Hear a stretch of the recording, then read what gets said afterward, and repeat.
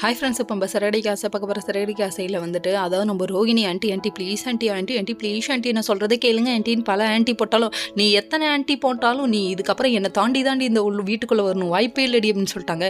வீட்டை விட்டு வெளியே போன்னு சொன்னவங்க நான் மனைஜை விட்டு எங்கேயும் போக மாட்டேன், என்னை யாரும் அசைச்சிக்க முடியாது அப்படின்னு சொல்லிட்டு அவங்க ஒரு மாதிரி நின்றுட்டு இருந்தாங்க. நீ என்னம்மா நிற்கிறது, நான் வந்துட்டு உன் பக்கம் நிற்க மாட்டேன்னு காலை வாரி விட்டாரு நம்ம மனோஜ். இது புதுசு கண்ணா, புதுசு எதிர்பார்க்கல. பல தடவை எல்லாருக்கும் தெரியும் மனோஜ் பற்றி, உனக்கு தான் தெரியல அப்படிங்கிற மாதிரி ஆயிடுச்சு.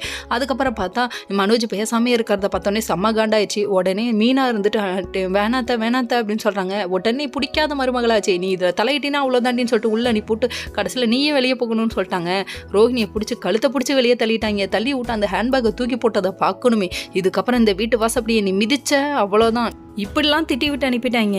நம்ம ரோஹிணி ஒரு பக்கம் ரியாக்ஷனை எவ்வளோ ஹெவியாக விடுறாங்க தெரியுமா? என்ன அசிங்கப்படுத்துற நீ அத்தை, இதுக்கப்புறம் ஃப்யூச்சரில் நீ செத்த அப்படிங்கிறவங்க. சரி, இதெல்லாம் ஒரு பக்கம் சொன்னாலும் போகிற இடம் எங்கப்பா வித்யா வீடு, அடுத்து போய் அங்கே நில்லு, என்னாச்சு ஏந்தி இந்த குளத்தில் வந்திருக்கேன்னு சொல்லி கேட்க ஒவ்வொன்றா புட்டு வச்சிட்டாங்க. பல நாள் திருடன் ஒரு நாள் மாட்டி தான் ஆகணும்னு சொன்னால் நீ கேட்குறியா? வீட்டில் எல்லாத்தையும் அதுக்குள்ளே உண்மையை சொல்லுன்னு சொன்னால் நீ மனோஜ்ரியாவது உண்மையை சொல்லுன்னு சொன்னால் கேட்குறியா? இந்த விஷயத்துக்கே இப்படின்னா இன்னும் உனக்கு கல்யாணம் ஆகி குழந்தை இருக்குன்னு தெரிஞ்சால் அதெல்லாம் என்ன ஆகுது? நீ இப்போ செகண்ட் மேரேஜ் பண்ணியிருக்கேன்னு தெரிஞ்சால் அந்த நிலைமை என்ன ஆகுது? ஏன்டி அதுவும் தெரியணும்னு நினைக்கிறியான்னு சொல்லிட்டு அவங்க திட்டுறாங்க.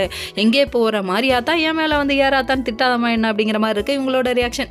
சரி விடுங்க, இதெல்லாம் ஒரு பக்கம் இருக்குது. அவங்க வந்துட்டு செம்ம காண்டாயிட்டாங்க. இதுக்கு ஏதாவது பண்ணியே தீர்வேன், நான் என் மாமியார் வாயாலே கொண்டு போய் என்னை கூட்டு போய் உள்ளே உட்கார வைப்பேன் அப்படின்னு சொல்கிறாங்க. அடுத்து என்னம்மா சபதம் எடுக்க போகிறேன், எனக்கு ஒன்றும் புரியலையே அப்படிங்கிற மாதிரி இருக்குது. ஓகே ஃப்ரெண்ட்ஸ், எனக்கு